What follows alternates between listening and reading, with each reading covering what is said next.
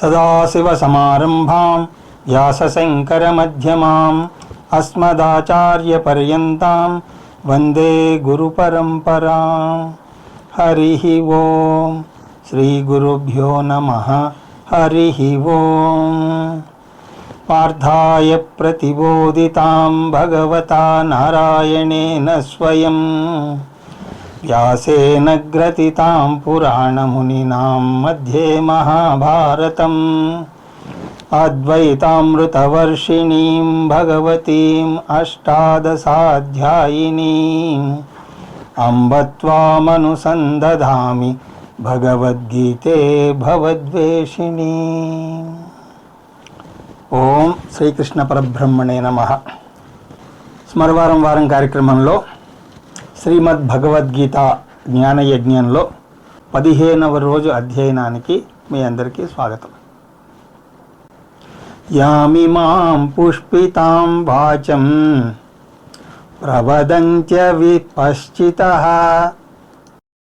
వేదవాదరతః పార్థ నాన్యదస్తీతి వాదినః. కామాత్మనః స్వర్గపరా జన్మకర్మ ఫలప్రదాం క్రియా విశేషబహుళాం భోగైశ్వర్యగతిం ప్రతి భోగైశ్వర్యప్రసక్తానాం తయాపహృతచేతసాం వ్యవసాయాత్మికా బుద్ధి సమాధౌ న విధీయతే. ఈ 3 శ్లోకాల్లోనూ వ్యవసాయాత్మిక బుద్ధి లేని వారిని తీవ్రంగా విమర్శిస్తున్నాడు కృష్ణ పరమాత్మ. వ్యవసాయాత్మిక బుద్ధి ఉన్నవారు అంటే కర్మయోగులు, అది లేని వారిని కర్మఠులు అని అనొచ్చు. ఈ 3 శ్లోకాలు అర్థం కావాలంటే ముందు మనకి కొన్ని ప్రాథమిక అంశాలు తెలిసి ఉండాలి. వాటిని 17వ అధ్యాయంలో కృష్ణ పరమాత్మ చాలా వివరంగా చెప్తారు. ఇక్కడ కృష్ణ పరమాత్మ సరి అయిన కర్మను వివరిస్తున్నాడు. కర్మలను 3 రకాలుగా విభజిస్తారు. అవి సాత్విక కర్మలు, రాజస కర్మలు, తామస కర్మలు. సాత్విక కర్మలను నిస్వార్థ కర్మలు అని అనొచ్చు. ఎందుకంటే అవి ఎక్కువ మందికి పనికి వచ్చే కర్మలు. ఇందులో స్వార్థం ఉండదు, సమాజ శ్రేయస్సే ప్రాథమికంగా ఉంటుంది. ఇవి నిష్కామ కర్మలు, ఇవి ఉత్తమ కర్మలు. రాజస కర్మలు అంటే స్వార్థపూరితమైనటువంటి కర్మలు. ఎంతసేపు నా నీటు నా గోటు అంటూ ఉంటాడు, కానీ ఎదుట వారి కోసం పాటుపడడు. వారికి మంచి జరిగినా చెడు జరిగినా తనకు అనవసరం, తను బాగుపడితే చాలు. ఇక తామస కర్మలు అంటే తామస కర్మలు కూడా స్వార్థపూరితమైనటువంటి కర్మలే, కానీ రాజస కర్మల కంటే దారుణం. ఎందుకంటే తను బాగుపడడం కోసం ఎదుట వారికి హాని చేయడానికి కూడా వెనుకాడరు వీళ్ళు. ఎవరి గురించి పట్టించుకోరు. ఇవి హానికర కర్మలు. ఈ 3 గురించి ఒక్క ముక్కలో చెప్పాలి అంటే ఇవి వరుసగా నిస్వార్థ కర్మలు, స్వార్థపూరితమైన కర్మలు, హాని కర్మలు. ఈ కర్మలు ఆంతర ఎదుగుదలకు ఎలా తోడ్పడతాయి అంటే సాత్విక కర్మలు ప్రాథమికంగా ఒక వ్యక్తి ఆంతర ఎదుగుదలకు తోడ్పడతాయి అని అంటాయి శాస్త్రాలు. దీనివల్ల ఆంతర ఎదుగుదల అంటే చిత్తశుద్ధి కలుగుతుంది. దీన్నే జ్ఞాన యోగ్యత అని కూడా అంటాం. సాత్విక కర్మల వల్ల బాహ్య ఉన్నతి కూడా కలగవచ్చు, కానీ అది ముఖ్యం కాదు. ముఖ్యమైన ఫలం ఆంతర ఎదుగుదల. దానిలో భాగంగా లౌకిక సుఖాలు ఉండవచ్చు. ఇక రెండవది అయినటువంటి రాజస కర్మలు. రాజస కర్మలు కూడా కొంత మేరకు ఎదుగుదలకు తోడ్పడతాయి, కానీ వాటి కొలత వేరు. రాజస కర్మలు ప్రాథమికంగా బాహ్య ఉన్నతికి తోడ్పడతాయి, కానీ ఆంతర ఎదుగుదలకు చాలా తక్కువ ఉంటుంది. ఇక తామస కర్మల్లో ఎదుట వ్యక్తికి హాని చేయటానికైనా వెనకాడరు అని చూసాం. అందువల్ల అతనికి బాహ్యంగా ఉన్నతి కలుగుతుందేమో కానీ అతనికి ఆంతర ఎదుగుదల కలగదు సరికదా. అతను ఉన్న చోట ఉండకపోగా ఆధ్యాత్మిక పరంగా కిందకు తోసేస్తుంది. ఈ మూడింటిని కూడా ఒక్క ముక్కలో చెప్పాలి అంటే ఇవి వరుసగా ఎక్కువ ఆంతర ఎదుగుదలకు, చాలా తక్కువ ఆంతర ఎదుగుదలకు, అలాగే ఆంతర ఎదుగుదల కలగకపోగా కిందికి తోసేస్తాయి. మూడవది, ఒక వ్యక్తి శాంతి, భద్రత, ఆనందాలు ప్రాపంచిక గెలుపు మీద ఆధారపడతాయా, ఆంతర ఎదుగుదల మీద ఆధారపడతాయా అని ప్రశ్న వేస్తే నిస్సందేహంగా ఆంతర ఎదుగుదల మీదే ఆధారపడతాయి. బాహ్య ఉన్నతి కొంత ఆనందాన్ని, శాంతిని ఇస్తుంది, నిజమే. కానీ శాంతి ఆనందాలకు ప్రాథమిక కారణం మాత్రం ఆంతరిక ఎదుగుదల మాత్రమే. ఎందుకంటే ఒకవేళ ఒక వ్యక్తి అన్ని సుఖాలు ఉన్నా ఆంతర ఎదుగుదల లేకపోతే అతను వాటిని నిశ్చింతగా అనుభవించలేడు. ఎందుకంటే అతను కొన్ని సందర్భాల్లో మనస్సాక్షిని నొక్కి, నోరుని నొక్కి ఆ విజయాలు సాధించి ఉండవచ్చు. అప్పుడు అతన్ని అపరాధ భావన తొలిచివేస్తూ ఉంటుంది. దీనికి విరుద్ధంగా బాహ్య ఉన్నతి లేదు కానీ ఆంతర ఎదుగుదల ఉందనుకోండి, అప్పుడు ఆ వ్యక్తి నిశ్చింతగా, శాంతిగా, ఆనందాలను పొందుతాడు. కర్మయోగం గురించి నేర్చుకునేటప్పుడు ఈ వివరాలను గుర్తుపెట్టుకోవాలి. టూకీగా మళ్ళీ చూస్తే ఆంతర ఎదుగుదలకు 3 రకాల కర్మల గురించి తెలుసుకోవాలి. శాంతి, ఆనందాలకు ఆంతర ఎదుగుదలయే ప్రాథమికంగా తోడ్పడుతుందని తెలుసుకోవాలి. ఈ విషయాలను దృష్టిలో పెట్టుకుంటే కృష్ణ పరమాత్మ రాజస కర్మలు చేసిన వారిని తీవ్రంగా విమర్శిస్తున్నాడు. రాజస కర్మలు అంటే స్వార్థపూరిత కర్మలు చేసేవారు, ఇతరుల గురించి పట్టించుకోని వారు అని చూసాం కదా. కృష్ణ పరమాత్మ ఇక్కడ తామస కర్మలు చేసే వారిని విమర్శించడం లేదని మనం గమనించాలి. ఎందుకు విమర్శించడం లేదు అంటే రాజస కర్మలనే విమర్శించినప్పుడు ఇక తామస కర్మల గురించి వేరే చెప్పాలా? రాజస కర్మల కన్నా తక్కువ స్థాయికి చెందినవి తామస కర్మలు. తామస కర్మలు ఒక వ్యక్తిని కిందకు లాగితే రాజస కర్మ ఆధ్యాత్మిక ఎదుగుదల లేకుండా చేస్తుంది. అందువల్ల రాజస కర్మలను ఇక్కడ కృష్ణ పరమాత్మ విమర్శిస్తున్నాడు. ఈ 3 శ్లోకాలు కలిపి ఒక పెద్ద సంస్కృత వాక్యం. అందువల్ల మనం అర్థం చేసుకోవడానికి వీలుగా అక్కడక్కడ నుండి ఏరడం జరుగుతోంది. ఏమిటవి అంటే అవిపశ్చితః, ముందుగా స్వార్థపరుల మీద విమర్శ. వీరు స్వార్థపరులు, ప్రాపంచిక భోగాల మీద మక్కువ ఉన్నవారు. వీరు వివేకహీనులు. ఎందుకు? ప్రాపంచిక భోగాలు మాత్రమే జీవితాన్ని విజయవంతం చేస్తాయని, డబ్బుతో దేన్నైనా సాధించగలమని వీళ్ళు అనుకుంటారు. కానీ ఈ భావాన్ని అవిపశ్చితః అన్న పదంతో చూస్తాం. కానీ గీత ప్రాపంచిక విజయం మాత్రమే చాలదు అని అంటుంది.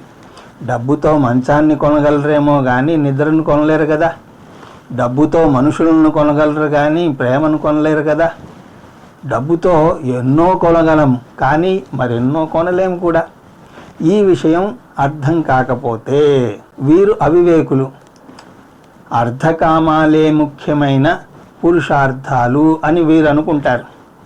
అందువల్ల అవివేకి అర్థకామ ప్రధానః ప్రేయర్థినః అవిపశ్చితః. ఇది మొదటి విమర్శ. ఆ తర్వాత ఏమంటున్నారు? వేదవాదరతాః, వేదంలోని కర్మకాండ భాగాల్లో ప్రాపంచిక భోగాలు పొందడానికి అనేక యజ్ఞయాగాదులు వస్తాయి. వాటిల్లో ముఖ్యమైనది ఆవహంతి హోమం. ఐశ్వర్యం, అన్నపానాదులు, వస్త్రాలు పొందడానికి ఒక యజ్ఞం ఉన్నది. అది వేదమే చెప్పింది. కాబట్టి ప్రాపంచిక భోగాలు పొందాలని వేదమే నిర్దేశిస్తోంది. వేదం ఐశ్వర్యం వద్దు, ఇల్లు వద్దు, వస్త్రాలు వద్దు, ఆహారం వద్దు అనేమి చెప్పదు. వేదం వీటిని నిషేధించదు. కానీ వేదం చెప్పేది ఏమిటి అంటే కేవలం వీటితోనే ఆగిపోవద్దు, మనస్సు పరంగా బుద్ధి పరంగా ఎదగండి అని అంటుంది. కానీ ఈ స్వార్థపూరితమైనటువంటి ప్రాపంచిక మనుషులు వేదంలోని ఈ భాగాన్ని చూడరు. సత్యం వద అన్నది చూడరు. ఒకవేళ చూసినా సత్యం వధ చేస్తారు. ధర్మం చర అన్నది చూడరు, ధర్మాన్ని చెరబడతారు. చాలామంది నేను గీత చదువుతున్నాను అంటూ అదేదో గొప్ప విషయంలాగా చెప్తారు. కానీ గీత చదవడం ప్రాథమిక అవసరం. స్కూలుకు వెళ్ళి చదువుకుంటేనే మంచి ఉద్యోగం వస్తుంది. గీత నేర్చుకుని వంట పట్టించుకుంటే మీ గీత బాగుండకపోయినా నిలదొక్కునే ఆత్మస్థైర్యం గీత మీకు ఇస్తుంది. ఉద్యోగం వచ్చినా రాకపోయినా, వచ్చిన ఉద్యోగం పోయినా దాన్ని తట్టుకునే ధైర్యాన్ని గీత ఇస్తుంది. స్కూలు మీ మేధస్సుకు పదును పెడితే గీత మీ భావోద్రేగాలను తీర్చిదిద్దుతుంది. అంతకుముందు చూసినట్లుగా ఇప్పుడు ఐక్యూ కన్నా ఈక్యూ చాలా ముఖ్యం. స్వాధ్యాయం చేయాలి, అందులో కూడా గీతాబోధ చాలా ముఖ్యం. అందువల్ల గీతాబోధకు వెళ్ళి తీరాలి. కానీ ఈ అవివేకులు ఇలాంటి మాటలు చదవరు. కేవలం ఆవహంతి హోమం గురించే చదువుతారు. వేదవాదరతాః అంటే రాజసకర్మరతాః, సకామకర్మరతాః. ఇది రెండవ విమర్శ. మూడవది నాణ్యదస్తీతి వాదినః. జీవితంలో ఉన్నతమైన విషయాలు అంటే నీతి సూత్రాలు, భగవంతుడు ధర్మం, సేవా తత్పరత గురించి మాట్లాడితే వారికి నచ్చవు. వారి సిద్ధాంతం తిను తాగు సుఖాలలో తేలు, ధర్మం లేదు, మోక్షం లేదు, పురుషార్థం లేదు. నా అన్యత్ అస్తి ఇది వాదినః. ఇలా వారి గురించి చెప్పడానికి ఉపనిషత్తులు కఠినమైనటువంటి పదాన్ని వేస్తుంది. వాళ్ళని ప్రమూఢ అంటుంది. మూఢ అంటేనే వెర్రివాడు, ప్రమూఢ అంటే వెర్రివాళ్లల్లో వెర్రివాడు. ఇది నాణ్యదస్తీతి వాదినః మూడవ విమర్శ. తర్వాత కామాత్మనః. వారు ప్రాపంచిక కోరికలకు మారుపేరు, వారు శారీరక సుఖాలకు మారుపేరు. కృష్ణ పరమాత్మ సుఖాలను విమర్శించడం లేదు. కానీ ఒక విషయం ఎప్పుడు గుర్తుంచుకోవాలి, వేదాంతమే ఐహిక సుఖాల గురించి చెప్తుంది. మరి దేన్ని విమర్శిస్తుంది అంటే ఐహిక సుఖాలను అవసరానికి మించి వాటికి ప్రాముఖ్యత ఇస్తే, అది కూడా అంతర్గత ఆధ్యాత్మిక ఎదుగుదలను పట్టించుకోనంతగా ప్రాముఖ్యతనిస్తే అప్పుడు విమర్శిస్తుంది. అందువల్లనే కృష్ణ పరమాత్మ కామాత్మనః అని అన్నాడు. అంటే ప్రపంచంలో ఉన్న భోగాలన్నింటినీ కూడా తీసుకుని వాటికే కాళ్ళు చేతులు వస్తే వీరు వాటికి ప్రతిరూపాలుగా నిలుస్తారు. నీ కోరికలు ఏమిటి అని అడిగితే ఇలాంటి వారు ఒక పెద్ద లిస్ట్ ఇస్తారు. కానీ అందులో పొరపాటును కూడా ధర్మం కానీ మోక్షం కానీ ఉండదు. కామాత్మనః ఇది నాలుగవ విమర్శ. స్వర్గపరాః. ఆ లిస్టులో అన్నింటికన్నా పైన ఉండేది ఏమిటి అంటే స్వర్గం. ఇప్పటి యువతకు ఎలాగైతే ఏదో విధంగా అమెరికా వెళ్ళాలనే కోరిక తీవ్రంగా ఉంటుందో, అలాగే ఆ రోజుల్లో స్వర్గలోకానికి వెళ్ళాలనే కోరిక చాలా తీవ్రంగా ఉండేది. అమెరికానే భూతల స్వర్గంగా వర్ణిస్తే ఇక అసలు స్వర్గం ఎలా ఉంటుందో వేరే చెప్పాలా. స్వర్గపరాహ. ఇది 5వ విమర్శ. ప్రాపంచిక భోగాల మీద ఇచ్ఛ ఉన్న స్వార్థపరుల గురించి ఈ 5ంటిని చెప్పడం జరిగింది. వారు ఎప్పుడూ కూడా కర్మయోగులు కాలేరు అని సూచిస్తున్నాయి. ఈ స్వార్థపరులు ఏం చేస్తారట? ప్రవదంతి. వారు ప్రాపంచిక భోగాల మీద ఇచ్ఛ కలిగి స్వార్థపరులై ఉండడమే కాకుండా వారి సిద్ధాంతాన్ని చాటి చెప్తూ ఉంటారు. ఎప్పుడూ ప్రాపంచిక సిద్ధాంతం ఆకర్షణీయంగానే ఉంటుంది. అందువల్ల మనలో అంతో ఇంతో దైవచింతన ఉండి వారిని మార్చుదాం అని అనుకున్నా కూడా మనకు తెలియకుండానే వారే మనల్ని మార్చేస్తారు. ఒక విషయం గుర్తుపెట్టుకోండి, మాయకు బ్రహ్మకు మధ్య ఫ్యాషన్ పీరియడ్ పెడితే మాయ గెలుస్తుంది. ఎందుకంటే బ్రహ్మ కంటే మాయ ఎక్కువ ఆకర్షణీయంగా ఉంటుంది. ఆధ్యాత్మికత కన్నా ప్రాపంచికతయే ఎక్కువ ఆకర్షణీయంగా ఉంటుంది. అందువల్ల ఎవరైనా సరే గీతాబోధకు వెళుతున్నావా అంటే ఇప్పటి నుంచి ఎందుకురా, తాతయ్య అయ్యాక వెళుదుగానిలే అని అంటారు. అలాగ వాళ్ళు 4 సార్లు చెప్తే ఆ భ్రమలో మనం పడిపోతాం. ఇటువంటి వారు ప్రకటనలు ఎలా నిర్విరామంగా వస్తూ ఉంటాయో అలాగ వారి వాదనను నిర్విరామంగా వినిపిస్తూనే ఉంటారు, మనల్ని ప్రభావితం చేస్తూ ఉంటారు. అందువల్ల అలాంటి ప్రజల వలలో చేప పిల్లలా పడవద్దని మనను హెచ్చరిస్తున్నాడు ఇక్కడ శ్రీకృష్ణ పరమాత్మ. సత్సంగత్వే నిస్సంగత్వం, నిస్సంగత్వే నిర్మోహత్వం, నిర్మోహత్వే నిశ్చలతత్వం, నిశ్చలతత్వే జీవన్ముక్తి. భజ గోవిందం భజ గోవిందం, గోవిందం భజ మూఢమతే. అందువల్ల ఎప్పుడూ మంచివారితో స్నేహం ఏర్పరచుకోవాలి. ఇంకా ఏమంటున్నాడు? పుష్పితాం వచనం. వారి మాటలు చాలా అందంగా ఆకట్టుకునే విధంగా ఉంటాయి. అలాగే క్రియా విశేష బహుళాం వాచం ప్రవదంతి. వారు అనేక ప్రణాళికల గురించి మాట్లాడతారు. బంగారం కొను, అది బెస్ట్.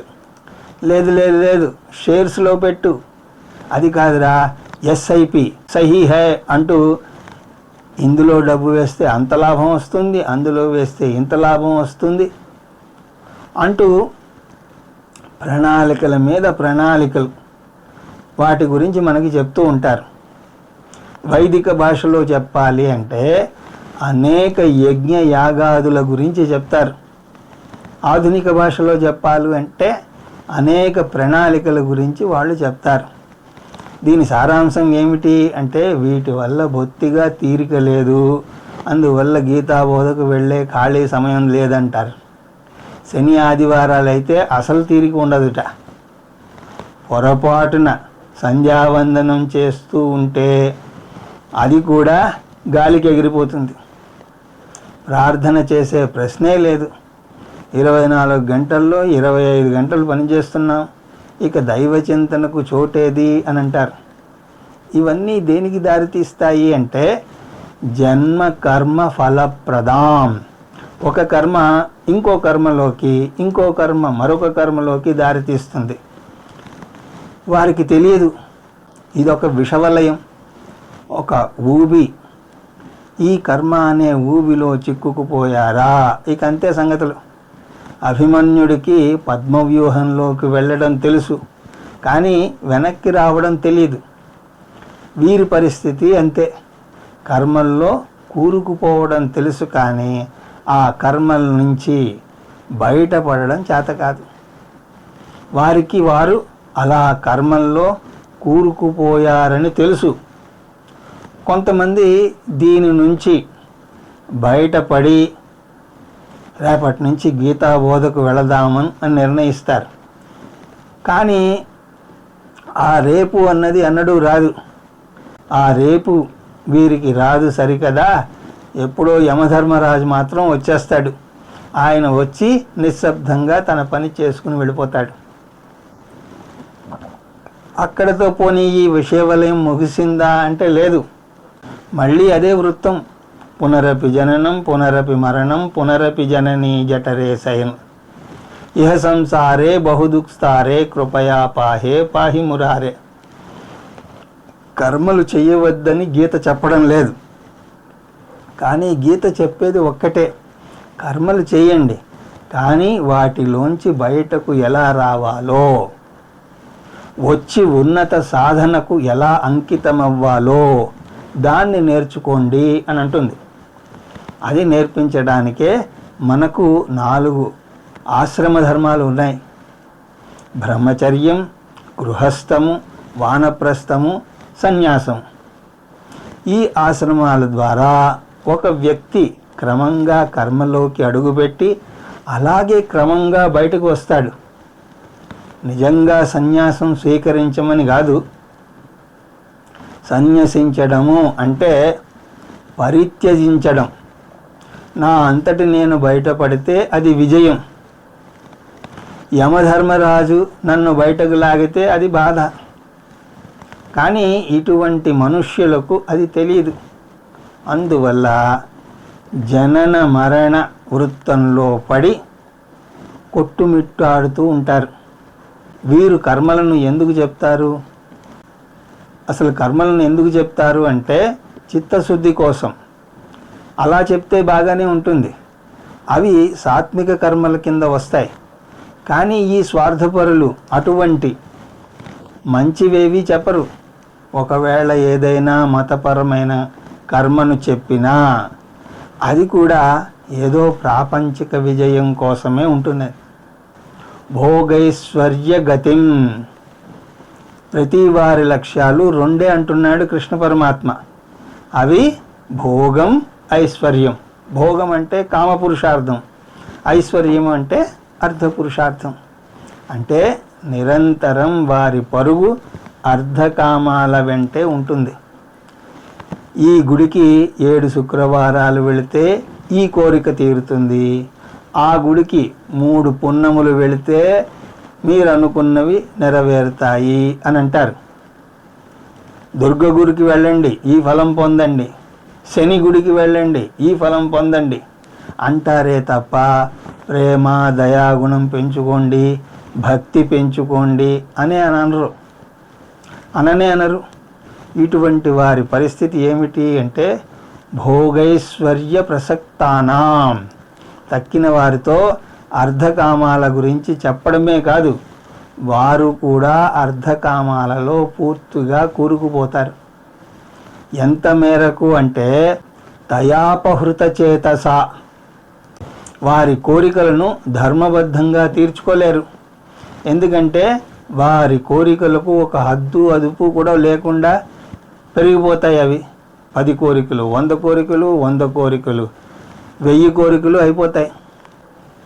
కోరికలు పెరిగినంత మాత్రాన ఆ కోరికలన్నీ తీరవు. ఆ కోరికల తీవ్రత ఎంత ఉంటుంది అంటే ఇక ధర్మపరంగా తీరే మార్గం లేనప్పుడు పక్కదారి పట్టించేస్తాయి. అధార్మిక పద్ధతుల్లో అంటే జూదం ఇలాంటివి మార్గాలని ఎన్నుకుంటారు. వారి ధార్మిక బుద్ధి, విచక్షణ జ్ఞానం, నీతి నిజాయితీలు, మంచితనం ఏ గాలికి ఎగిరిపోతాయో తెలియవు. ఎక్కడున్నా సరే అవినీతి రాజ్యమేలుతోంది అంటే అది నిరక్షరాస్యుల వల్ల కాదు, చదువుకున్న మేధావుల వల్లే. వారి ఆత్మసాక్షి వారిని నిలదీసే పరిస్థితి, దాన్ని దాటిపోయారు వారు.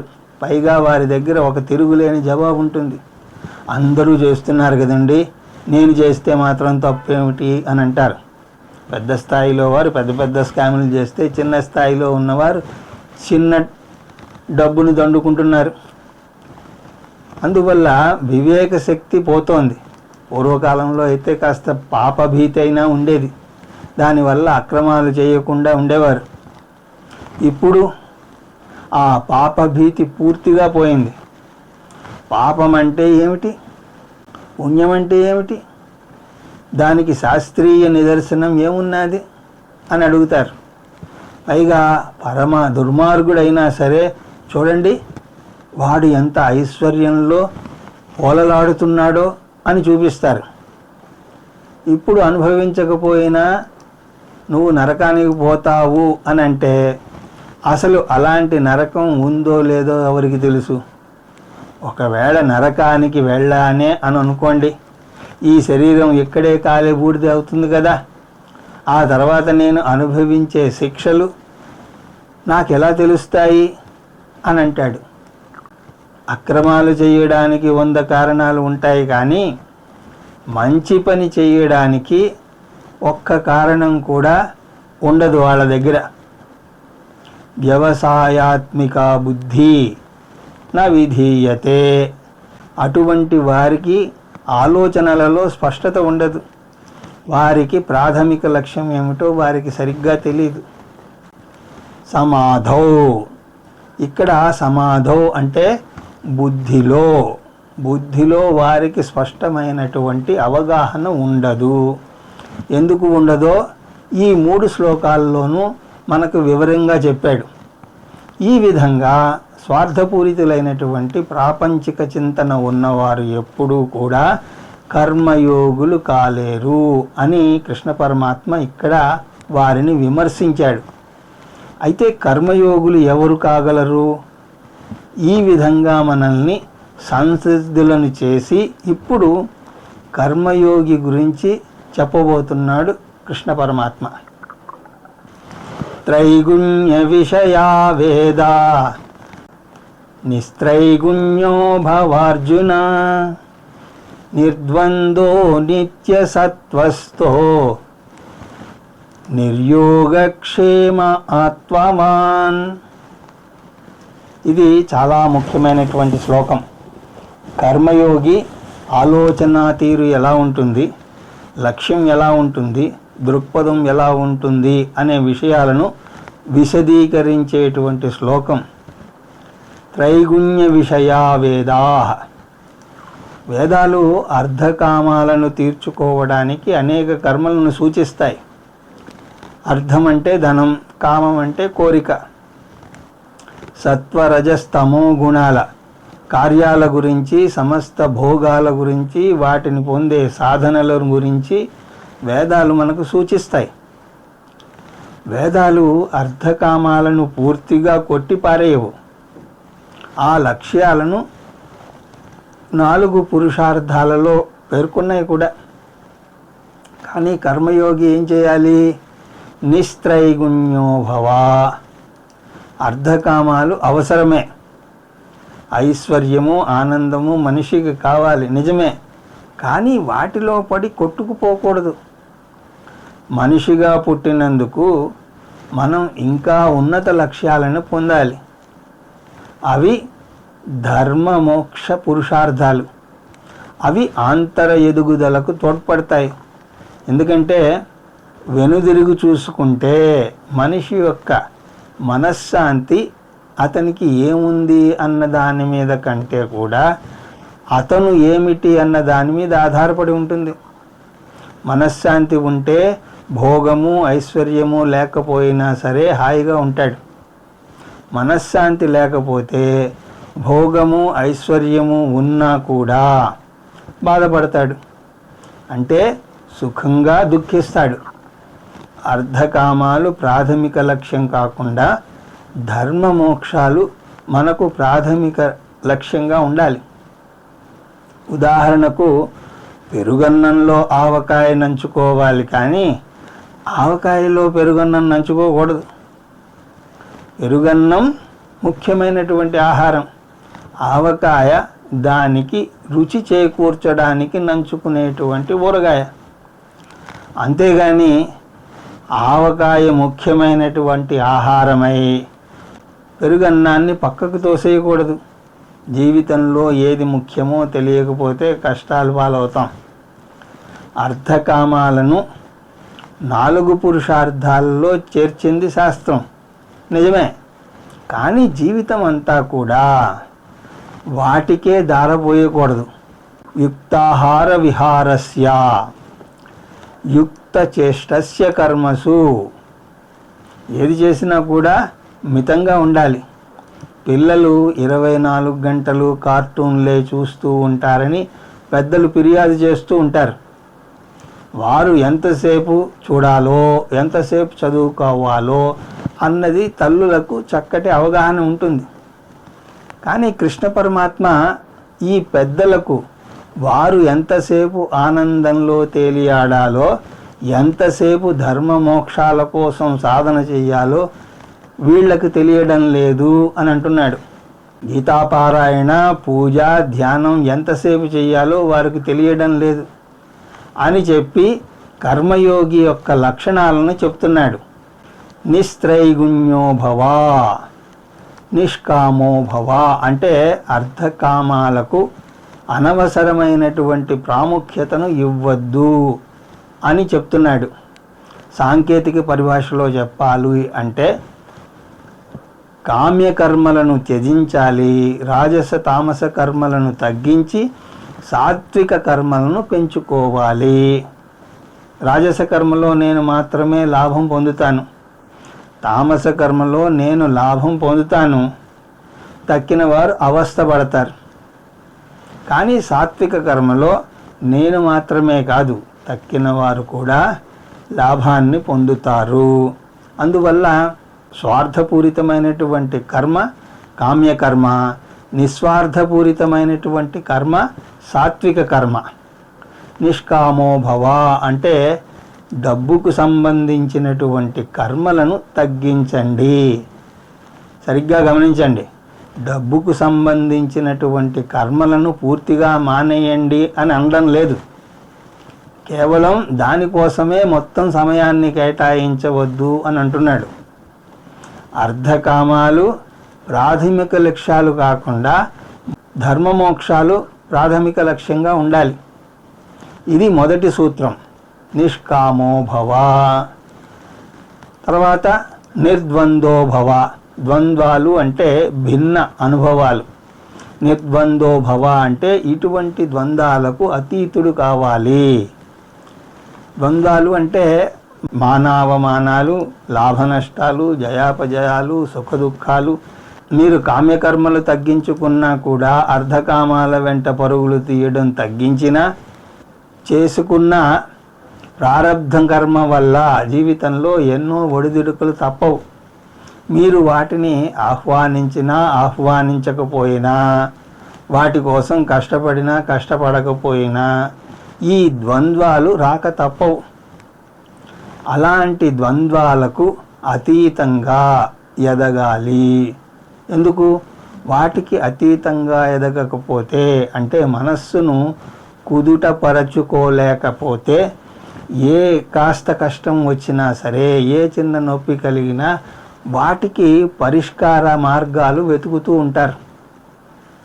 వాటికి ప్రాయశ్చిత్త కర్మలు లేదా పరిహార కర్మలు అంటారు. వాటిని చేస్తూ ఉంటారు. అవి కూడా ఒక్కొక్కళ్ళు ఒక్కొక్క రకంగా చెప్తారు.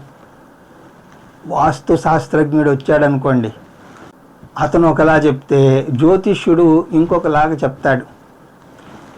ఒక చిన్న పంటి నొప్పితోటి మీరు వాస్తు శాస్త్రజ్ఞుడి దగ్గరికి వెళితే, నీ పడక గదిలో అటువైపు కిటికీ ఉన్నది, దానివల్ల నీకు పంటి నొప్పి వస్తుంది, దాన్ని అటు నుంచి ఇటు మార్చు అని అంటాడు. ఒకవేళ వారు చెప్పినట్టు మీరు చేసినా మీ పరిస్థితి మెరుగవుతుందో లేదో చెప్పలేం, కానీ ఆ వాస్తు సలహాదారుడు మాత్రం లబ్ధి పొందుతాడు. అలాగా పరిహార కర్మలు, అలాగే దోమకాటుకు కూడా చేసుకుంటూ పోతే వాటికి ఇంకా అంతూ పొంతూ ఉండదు. ఎందుకంటే మనం చేసిన అక్రమాలు అంతూ పొంతూ లేవు. అంతేకాదు, ఈ ప్రాయశ్చిత్త కర్మలు చేయటం కూడా కాఫీ తాగడంలాగా ఒక వ్యసనమై కూర్చుంటుంది. ముఖ్యమైన వాటికి మాత్రమే కాకుండా జలుబు చేసినా సరే జ్యోతిష్యుడినో వాస్తు శాస్త్రజ్ఞుడి దగ్గరకో పరిగెత్తే అలవాటు అవుతుంది. ఇది ఎంత దాకా వెళుతుంది అంటే, ఆఖరికి దీపం వెలిగించాక అగ్గిపుల్ల కుడివైపు పడేయాలా ఎడంవైపు పడేయాలా అంటూ ఆ గురువు గారికి ఫోన్ చేసి మరీ అడుగుతారు. అంటే మన జీవితాన్ని తీసుకువెళ్ళి వేరే ఎవరి చేతిలోనో పెడుతున్నాం అన్నమాట. అందువల్ల అయిన దానికి కాని దానికి కూడా ప్రాయశ్చిత్త కర్మలు చేయకూడదు. సహనం సర్వదుఃఖానాం అప్రతీకారపూర్వకం చింతా విలాపరహితం సాతితీక్ష నిగద్యతే అని అంటారు శంకరాచార్యులు వారు వివేక చూడామణిలో. అయితే ఇక్కడ జ్యోతిష్య శాస్త్రాన్ని నిందించడం లేదు. ప్రతి చిన్నదానికి పరిగెత్తవద్దు అని అంటున్నాం. అనారోగ్య విషయంలో కూడా డాక్టర్లు అదే కదా అంటారు, ప్రతి చిన్నదానికి మందులు వాడకండి అని అంటారు. అలా వేసుకుంటే మనలో ఉన్న రోగనిరోధక శక్తి తగ్గిపోతుంది. రోగనిరోధక శక్తిని పెంచుకోవడానికి ప్రత్యేకించి ఒక రోగాన్ని పంపించి ప్రయోగం చేస్తూ ఉంటారు. రోగం వస్తే రోగ నిరోధక శక్తి పెరుగుతుంది. మనస్సు పరిస్థితి కూడా అంతే. ఎదురు దెబ్బలు తింటేనే మానసిక స్థైర్యం పెరుగుతుంది. అలాగని చెప్పి దానికోసం ఓ దేవా నాకు సమస్యలను ఇవ్వు అని ప్రత్యేకించి ప్రార్థన ఏమీ చేయాల్సిన అవసరం లేదు. సమస్యలకు అంతు పొంతు లేదు. మనం ఎన్నో అక్రమాలు చేసి ఉంటాం, వాటికి తగ్గ బాధలు వస్తూనే ఉంటాయి. అందువల్ల సమస్యలు వచ్చినప్పుడు కృంగిపోకుండా తట్టుకునేటువంటి మానసిక స్థైర్యం పెంపొందించుకోవాలి, సమత్వాన్ని పెంచుకోవాలి. కామ్యకర్మలు ప్రాయశ్చిత్త కర్మలు చేయటంలోనే శక్తినంతా హరింపజేసుకోకూడదు. వాటిని పూర్తిగా మానలేకపోతే వీలునంత వరకు తగ్గించుకోవాలి. ఇది రెండవ సూత్రం. నిర్ద్వందో భవ. ఆ తర్వాత నిత్య సత్వస్థో భవ. నీ యొక్క సత్వగుణాన్ని నిలబెట్టుకో. సత్వగుణం వివేక శక్తికి సూచిస్తుంది. వివేక శక్తి విచక్షణాశక్తిని సూచిస్తుంది. ఏమిటా విచక్షణ అంటే అర్ధకామాల కన్నా ధర్మమోక్షాలే ముఖ్యమని విచక్షణ మనకు శాంతి భద్రతలను ధర్మమోక్షాలు ఇస్తాయి, కానీ అర్థకామాలను కావు. అందువల్ల వాటికి అవసరానికి మించినటువంటి ప్రాముఖ్యతను ఇవ్వకూడదు. దీన్ని నిత్యానిత్య వస్తు వివేకం అని అంటారు. ప్రాపంచిక ఎదుగుదల కన్నా ఆధ్యాత్మిక ఎదుగుదల అన్నది ముఖ్యం. ఇది సత్వగుణం వల్ల కలుగుతుంది. అందువల్ల సత్వగుణాన్ని పెంపొందించుకోవాలి. దాన్ని పెంపొందించుకోవడం ఎలాగా అంటే ఆధ్యాత్మిక పుస్తకాలు చదవడం, మహాత్ములతో కలిసి తిరగడం, సత్సంగాన్ని ఏర్పరచుకోవడం. ఎందుకంటే సత్సంగత్వే నిస్సంగత్వం, నిస్సంగత్వే నిర్మోహత్వం అన్నారు కదా. కొందరికి ఇళ్లల్లో గది గదికి టీవీలు ఉంటాయి. టీవీ చూడందే ఉండలేని పరిస్థితి వస్తుంది ఆ ఇంట్లో పిల్లలకి. టీవీ లేని జీవితాన్ని వాళ్ళు అసలు ఊహించుకోలేరు. అయితే వారిని టీవీ అమ్మేమనడం లేదు, కానీ ఒకసారి పాత రోజులను గుర్తు తెచ్చుకోమంటున్నాం. టీవీ కాదు సరికదా, మన చిన్నతనంలో రేడియో, ఫోను, ఫ్యాన్లు కూడా లేకుండా హాయిగా మనం గడపగలిగాం. అంటే మళ్ళీ ఏదో 12వ శతాబ్దానికి వెళ్ళిపోవాలా అని అనకండి. ఈ సుఖాలు లేకుండా కూడా బతకడం అసాధ్యమేమీ కాదు అని అంటున్నాం అంతే. సత్సంగంలో గడిపితే ఇవన్నీ లేకుండా కూడా ఎలా ఆనందంగా ఉండొచ్చో తెలుస్తుంది. సత్సంగం సత్వగుణం పెంపొందించుకోవడానికి గొప్ప మార్గం. ఇది మూడవ సూత్రం. నిత్య సత్వస్థో భవ దుర్యోగక్షేమో భవ. నీ యోగక్షేమాల కోసం నువ్వు ఆరాటపడవద్దు అని అంటున్నాడు కృష్ణ పరమాత్మ. మన జీవితం సాఫీగా సాగడానికి మనకు కొన్ని ప్రాథమిక వస్తువులు కావాలి. వాటిని యోగం అని అంటారు. అప్రాప్యస్య ప్రాప్తి యోగః. మన దగ్గర లేని వస్తువుల్ని మనం పొందటం. ఉదాహరణకు తిండి, బట్ట, గూడు, మందులు. అలాగే క్షేమం అంటే మనం పొందిన వస్తువులను కాపాడుకోవటం. ప్రాప్తస్య సంరక్షణం క్షేమః. ఈ యోగక్షేమాల గురించి బెంగతోనే మన శక్తి అంతా హరించేసుకుంటున్నాం అంటున్నాడు కృష్ణ పరమాత్మ. వృద్ధాప్యం ఎలా ఉంటుంది, పిల్లలు మనల్ని చూస్తారా చూడరా, మన బంగారం మంచిదే కానీ వచ్చే కోడల పిల్లో అల్లుడో వీరిని మార్చేయకుండా ఉంటారా, ఇలా రకరకాల భయాలు. ఈ రోజుల్లో అనారోగ్యం చేస్తే లక్షల్లో ఖర్చు అవుతుంది. వాటి కోసం 70-80 లక్షలకు పైగానే పోగు చేసుకోవాలి. అన్నీ బాగున్నా సరే, డబ్బులు ఉన్నా సరే, పిల్లలు మంచివారైనా సరే, ఆఖరి క్షణంలో పక్కన ఎవరైనా ఉంటారో ఉండరో ఇదొక బెంగ. పొద్దున్న లేచి వార్తాపత్రిక చూస్తే నీళ్ల లారీ గుద్ది 17 సంవత్సరాల కుర్రాడి ఆకస్మిక మృతి అని పెద్ద అక్షరాలతో వార్తలు. డబ్బు లేకపోతే కష్టం, కానీ ఆ డబ్బు పోగేస్తే దానితో వచ్చే సమస్యలు ఇంకా అనంతం. ఆ డబ్బు కోసం వారి పిల్లలను ఎత్తుకుపోవడమో, వారి ప్రాణాలకే ముప్పు కలిగించడమో చూస్తూనే ఉన్నాం కదా. రక్షణ కోసం గార్డుల్ని పెట్టుకుంటే వారే చంపిన సందర్భాలు కూడా ఉన్నాయి కదా. అందువల్ల రక్షణకు చోటేది. కృష్ణ పరమాత్మ రక్షణ కోసం ప్రయత్నించకండి, అసలైన రక్షణ మీ మానసిక స్థైర్యం వల్లనే వస్తుంది అని అంటున్నాడు. ఆ అంతర్గత రక్షణ మీ భక్తి వల్ల కానీ మీ జ్ఞానం వల్ల కానీ వస్తుంది. కానీ జ్ఞానం వచ్చేంత వరకు ఆ దేవుని మీద అపారమైనటువంటి భక్తిని పెంచుకోవాలి. అనన్యాశ్చింతయంతో మాం ఏ జనా పర్యుపాసతే తేషాం నిత్యాభియుక్తానాం యోగక్షేమం వహామ్యహం అంటూ తర్వాత వస్తుంది. అయితే ఎల్ఐసి లాంటి ప్రాపంచిక యోగక్షేమాలని మీరు పెట్టుకోండి. ఎందుకంటే వాళ్ళది కూడా క్యాప్షన్ ఏంటండి, యోగక్షేమం వహామ్యహం అని అంటూ ఉంటారు.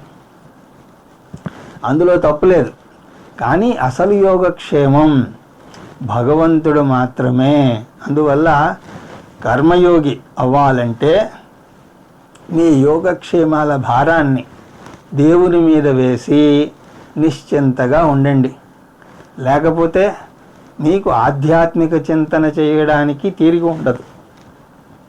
జీవితం అంతా కూడా రేపేమవుతుంది అన్న చింతనతోనే సాగిపోతూ ఉంటుంది. నిర్యోగక్షేమో భవ అంటే యోగక్షేమాలకు అతీతంగా ఎదగండి. మీ యోగక్షేమాలను మీ ఇష్టదేవతకు అప్పచెప్పండి. తక్కువేమి మనకు రాముండొక్కడుండు వరకు, ఇది ఒక పద్ధతి. ఇష్టదేవత లేకపోయినా సరే మీ అంతర్గత శక్తిని పెంచుకోండి, మిమ్మల్ని మీరు గట్టిపరుచుకోండి. వేదాంతం ప్రకారం దేవుడు ఎక్కడో లేడు, మీలోనే ఉన్నాడు అని అంటారు. అంటే బాహ్యంగా ఉన్న దేవుణ్ణో అంతర్గతంగా ఉన్న దేవుణ్ణో నమ్ముకోండి. అందువల్ల దేవుని మీద భారం వేసి బెంగలను పారద్రోలండి. ఎప్పుడో వచ్చే సమస్యల గురించి ఇప్పటి నుంచే ఆలోచించి అలసిపోకండి.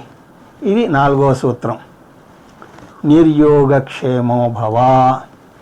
ఆ తర్వాత ఆత్మవాన్ భవ అంటే జీవితంలో హుషారుగా ఉండాలి.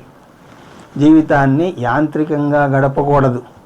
చదవడం, ఉద్యోగం చేయడం, మళ్ళీ పెళ్లి చేసుకోవడం, పిల్లలను కనడం అన్నీ యాంత్రికంగా చేసేస్తారు కొంతమంది. గొర్రెల మందలో ఒక గొర్రెగా ముందుకు సాగిపోతూ ఉంటారు.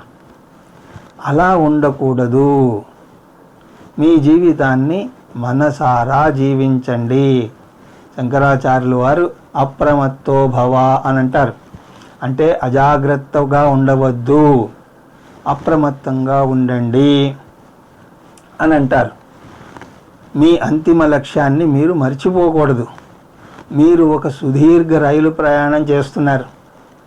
మధ్యలో అనేక స్టేషన్లలో మీరు దిగుతారు, ఏవో కొనుక్కుంటారు. కానీ వ్యవహారం ఆ విధంగా నడుపుతున్నంతసేపు కూడా మీ దృష్టి రైలు మీదే ఉంటుంది. అలాగా మీ జీవితం అనే ప్రయాణంలో మీకు అంతిమ లక్ష్యాన్ని మీరు గుర్తుపెట్టుకోవాలి. పెళ్లి చేసుకోవడం, ఉద్యోగం చేయడం, డబ్బు సంపాదించడం అన్నీ కూడా మధ్యలో వచ్చిపోయేటువంటి స్టేషన్లు. జీవితంలో మధ్య వచ్చిపోయే స్టేషన్లు ఏమిటి అంటే ఆశ్రమాలు. బ్రహ్మచర్యాశ్రమం, గృహస్థాశ్రమం, వానప్రస్థాశ్రమం. అంటే జీవితంలో ఏ దశలో కూడా మైమరిచిపోకూడదు, అప్రమత్తంగా ఉండాలి. వేదాంత శాస్త్రం దీన్ని చిత్తస్య సమాధానం అని అంటుంది. ఇది 5వ సూత్రం, ఆత్మవాన్ భవ. ఇవి కర్మయోగి యొక్క లక్షణాలు.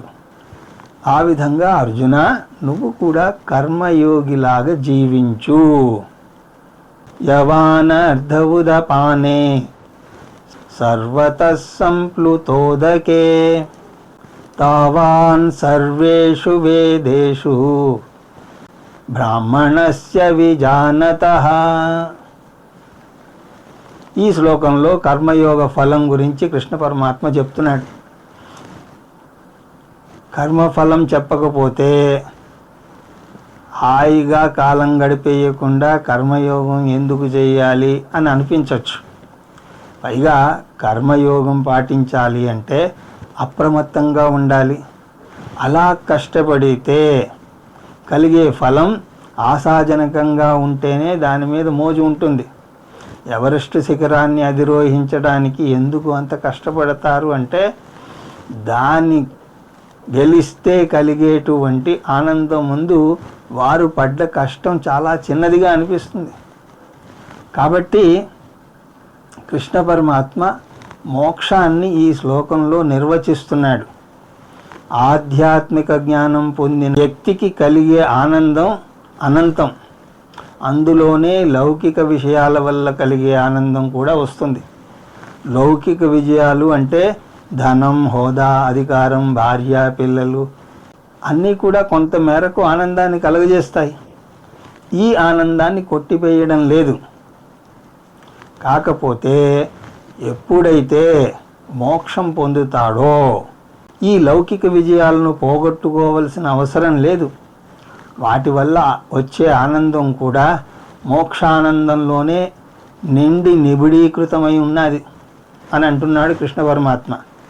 కర్మకాండ ప్రాపంచిక ఆనందాల కోసం అనేక కర్మలను సూచిస్తుంది. కానీ వీటి వల్ల వచ్చే ఒక్కొక్క ఆనందం పరిమితి ఉన్నటువంటి ఆనందం. ధనం వల్ల కలిగే ఆనందం, భార్య వల్ల కలిగే ఆనందం, పుత్రుల వల్ల కలిగే ఆనందం, అధికారం వల్ల కలిగే ఆనందం అన్నీ కూడా పరిచ్ఛిన్న సుఖాలు.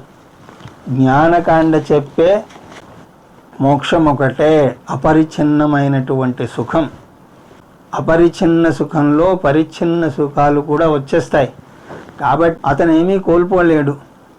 ధర్మకామాలు కోరుకుంటే అవి మాత్రమే తీరుతాయి, మోక్షం కలగదు. కానీ మోక్షాన్ని కోరుకుంటే ధర్మార్థ కామాలు కూడా తీరుతాయి. అపరిచ్ఛిన్నంలో పరిచ్ఛిన్నం వచ్చేస్తుంది, కానీ పరిచ్ఛిన్నంలో అపరిచ్ఛిన్నం రాదు. అందువల్ల కర్మయోగం కోరుకుంటే దాని ఫలం గొప్పగా ఉంటుంది.